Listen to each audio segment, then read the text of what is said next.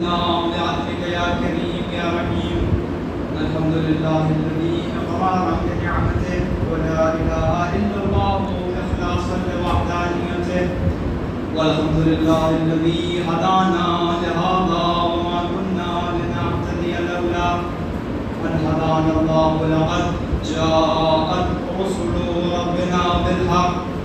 ثم الصلاة والسلام والتحية والإكرام على سيد الأنعام مولانا ومولى الكونين محبوب رب المشرقين والمغربين جد الحسن والحسين أبي القاسم محمد.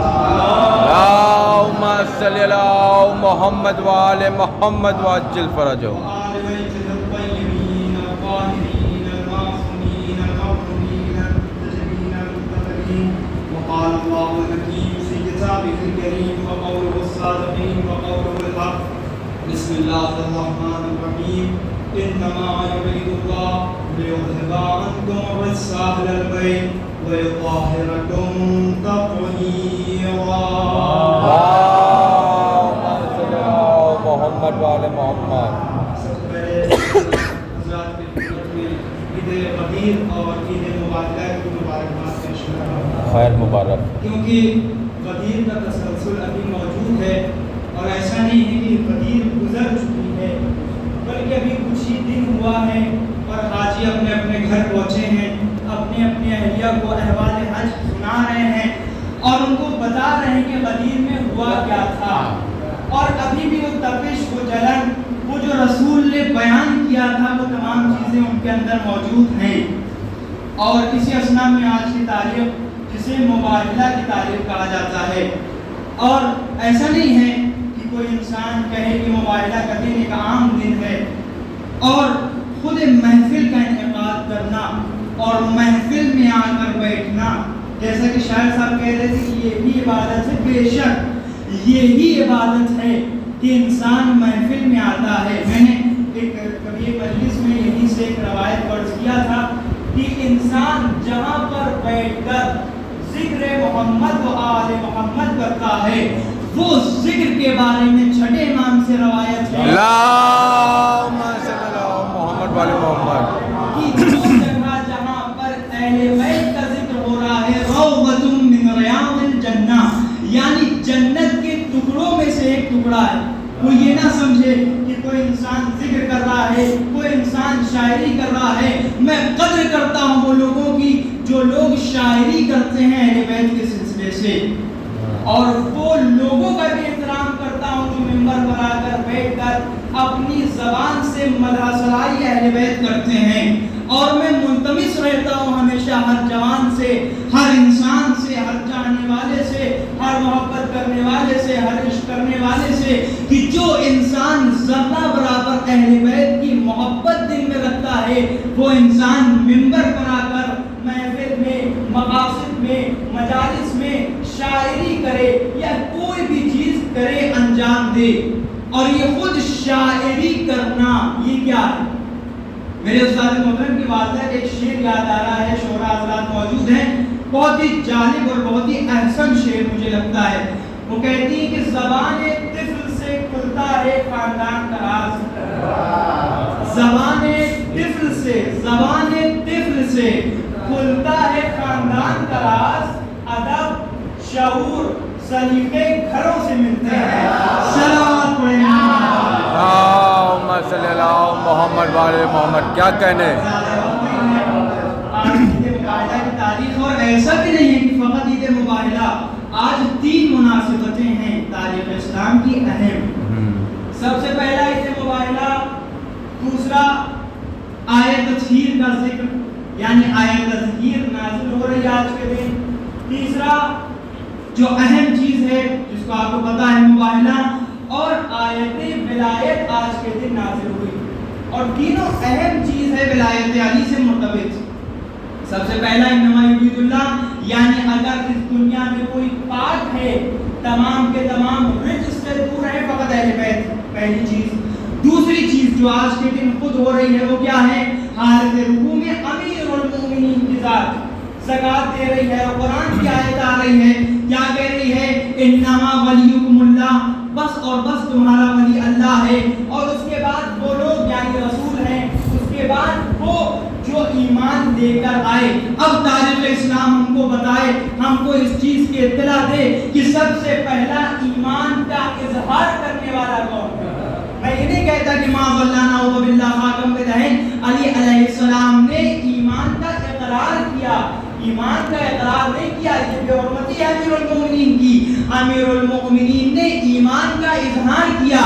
اقرار وہ کرتا ہے جو مومن نہ ہو، مگر جو اظہار کرتا ہے یعنی دنیا کو بتاتا ہے کہ ہم پہلے بھی مومن تھے اور اب بھی مومن ہیں۔ ایک صلوات اللہم صلی اللہ محمد وآل محمد وعجل فرجہم۔ اور تیسری معاہدہ کی تاریخ جو کہ آج ہے، اور تینوں مرتبط ہیں ایک دوسرے سے۔ سب سے پہلے نجران کے مسیحی آئے اور آنے کے بعد رسول اللہ سے مناظرہ کرنا چاہتے ہیں۔ مناظرہ کیا ہے؟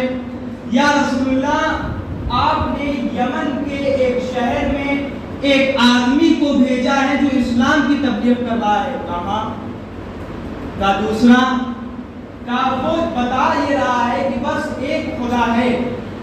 کہا یہ بات خط سے پہنچ گئی۔ اب خود وہ لوگ آئے رسول اللہ کی خدمت میں۔ قبل اس کے کہ رسول اللہ کی خدمت میں پہنچتے، مسجد النبوی میں موجود ہے تاریخ اسلام کی خود ساختہ ایک شخصیت۔ بہت ہی ادب کا دائرے میں ایک چیز بیان کر رہا ہوں، تاریخ اسلام کی خود ساختہ ایک شخصیت مسجد النبوی میں تشریف فرما ہے، اور مسجد النبوی میں تشریف فرما تھی۔ وہ نجران کے لوگ آئے اور آنے کے بعد کہا کہ رسول اللہ کہاں ہیں؟ کہا رسول اللہ وہ بیٹھے ہوئے۔ کہا کہ اچھا، وہ جو لوگ آئے تھے وہ سونے کا لباس پہنے تھے۔ وہ گئے اور جانے کے بعد کہا کہ یا رسول اللہ ہم کو بات کرنا ہے۔ رسول اللہ مخاطب نہیں ہوئے، دوڑے دوڑے آپ کس کے پاس آئے، کس سے پوچھ کے گئے تھے؟ کہا یہ بتائیے رسول اللہ ہم سے مخاطب نہیں ہو رہے، میرے سوال کا جواب نہیں دے رہے۔ کہا کہ ماجرا کیا ہے ہم کو نہیں پتا۔ کہا کہ اچھا یہ بتائیے کوئی ایسا ہے جو بتا سکتا ہے کہ رسول اللہ ہم سے مخاطب کیوں نہیں ہو رہے ہیں؟ انہوں نے پھر کہا کہ بس ایک ذات ہے جو آپ کو بتا سکتی ہے کہ رسول اللہ آپ سے مخاطب کیوں نہیں ہو رہے ہیں۔ کہا وہ کون؟ کہا امیر المومنین یعقوب الدین قائد القرر المحجرین، حسن اللہ کا لقب پانے والا، عین اللہ کا لقب پانے والا، یہ ایک شخصیت ہے جو آپ کو بتا سکتی ہے کہ آپ سے مخاطب، یعنی یہ خود بتانا چاہ رہا تھا کہ دیکھو اگر رسول اللہ کے نفس کو جاننا ہے تو وہ کوئی اور نہیں بتا سکتا بلکہ خود نفس اللہ بتا سکتا ہے۔ ایک صلوات پڑھیں۔ یہ ماجرا یہاں پر ہوا، اور اس کے بعد رسول اللہ کی خدمت میں جاتے کہتے ہیں کہ آپ نے ایسا سکا ہاں۔ کہا کہ یہ بتائیے کہ عیسیٰ آپ کے افضل نہیں؟ کہا بے شک عیسیٰ اللہ کے رسول ہیں، مگر اللہ نے ان کو خلق کیا، وہ خدا نہیں ہے۔ کہا کہ بتائیے ان کو اللہ نے خلق کیا مگر وہ بن باپ کے پیدا ہوئے، کوئی ایسی آپ کے پاس شخصیت ہے جو بن باپ کے دنیا میں آ رہی ہو؟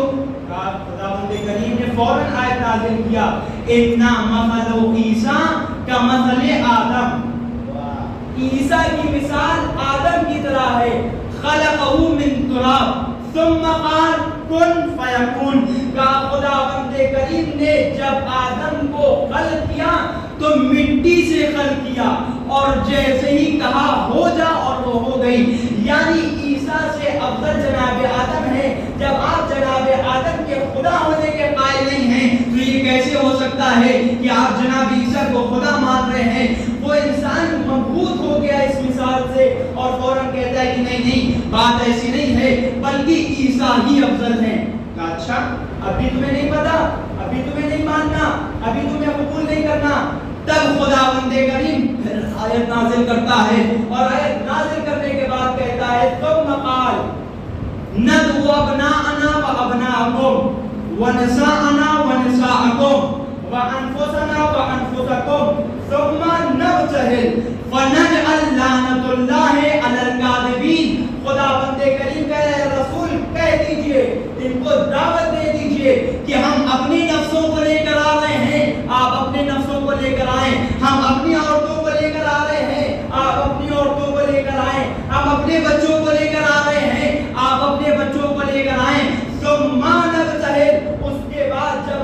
جمع ہو جائیں تو جمع ہونے کے بعد کیا کریں؟ ثم نبتہل لعنت اللہ علی الکاذبین، مل کر بددعا کریں گے، مل کر لعنت کریں گے۔ یعنی خداوند کریم بتانا یہ چاہ رہا ہے کہ دیکھو یہ لعنت کا کانسیپٹ خود ساختہ نہیں ہے بلکہ خداوند کریم کا بنایا ہوا قانون ہے۔ یعنی اس قانون کے ذریعے خدا بتانا چاہتا ہے کہ حق پر کون ہوا کرتا ہے اور باطل پر کون ہوا کرتا ہے۔ ایک صلوات خداوند کریم کا رسول یہ کہتا ہے، اور کہنے کے بعد جہاں پر بات تمام، اب دوسرا دن آتا ہے جب لوگوں کو جاننا ہے۔ اب یہاں پر مسئلہ کون ہے؟ مسئلہ یہ ہے کہ صدیق کو جانا ہے، مسئلہ یہ ہے کہ سچوں کو جانا ہے۔ تاریخ کے کچھ لوگوں کو خرید کر خود کو صدیق بنا لینا اور ہوا کرتا ہے، بلکہ خداوند کریم کی طرف سے صدیق کا لقب پا لینا اور ہوا کرتا ہے۔ خداوند کریم کیا کہہ رہا ہے؟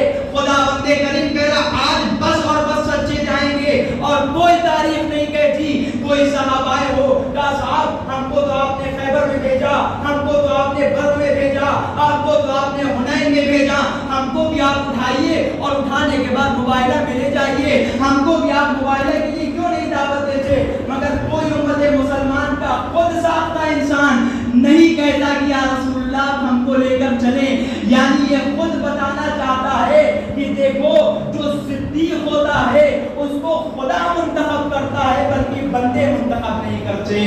صلوات پڑھیں محمد۔ اب یہاں پر مسئلہ تمام کہ خداوند کریم کا رسول انتخاب کر رہا ہے، صدیقوں کا انتخاب۔ صدیق اکبر اس میں جا رہے ہیں، فاروق اعظم اس میں جا رہے ہیں، یعنی علی کی ذات اس میں ہے، حسنین کی ذات اس میں ہے، خود حضرت زہرا سلام اللہ علیہ وسلم محمد وآل محمد۔ اور کیوں نہ خداوند کریم نفس میں رسول اللہ کے بھیجے ہوئے ولی کا انتخاب کرتا، کیونکہ خداوند اس سے بات کو تمام کر لوں گا، کیونکہ خداوند کریم کا ایک کانسیپٹ ہے قرآن کریم میں کہ خداوند کریم ہمیشہ احسن کو قبول کرتا ہے۔ اور یہ جو خداوند کریم نے مباہلے کے لیے لعنت کے لیے تمام لوگوں کو بلایا، کوئی عام لوگ نہیں جا رہے ہیں بلکہ احسن لوگ جا رہے ہیں۔ ایک عربی میں ہوتا ہے حسن، ایک عربی میں ہوتا ہے احسن۔ حسن کہتے ہیں اچھا، احسن کہتے ہیں بہت اچھا۔ یعنی خداوند کریم کے ہاں اچھا مقبول ہے اور بہت اچھا، بے انتہا اچھا، بہت زیادہ مقبول ہے۔ سب سے پہلے خداوند کریم کیا کہہ رہا ہے؟ کیسے ہم کو پتا چلے کہ احسن مقبول ہے؟ خداوند کریم کہہ رہا ہے فتبارک اللہ احسن الخالقین، ہم وہ ہیں جو احسن خلق کرتے ہیں۔ خداوند کریم احسن۔ اب دوسری چیز بہت جلدی تمام کر رہا ہوں کہ اب وہ چیز جو کہ خداوند کریم نے خلق کی ہے وہ بھی احسن ہے۔ پھر قرآن میں ذکر ہوتا ہے والتین والزیتون وطور سینین وہذا البلد الامین لقد خلقنا الانسان فی احسن تقویم۔ یعنی خداوند کریم کی ذات احسن ذات، بندے کی ذات احسن ذات۔ اب اس کائنات میں جو خداوند کریم لوگوں کو بھیج رہا ہے وہ کون ہے اور کس لیے بھیج رہا ہے؟ پھر ارشاد خداوند کریم ہوتا ہے قرآن کریم میں، خداوند کریم کیا کہہ رہا ہے؟ فتبارک الذی بیدہ الملک وہو علی کل شیء قدیر الذی خلق الموت والحیات لیبلوکم ایکم احسن عملا۔ یہ خداوند کریم کہہ رہا ہے دیکھو ہم ہر انسان کو قبول نہیں کر سکتے، ہم ہر انسان کا عمل قبول نہیں کر سکتے، بلکہ عمل اس کا قبول ہوگا جو احسن ہوگا۔ یعنی خداوند کریم بتا رہا ہے میری ذات احسن ذات، ہمارا بندہ احسن ہے اور اب جو یہ عمل کر رہا ہے وہ بھی احسن ہے۔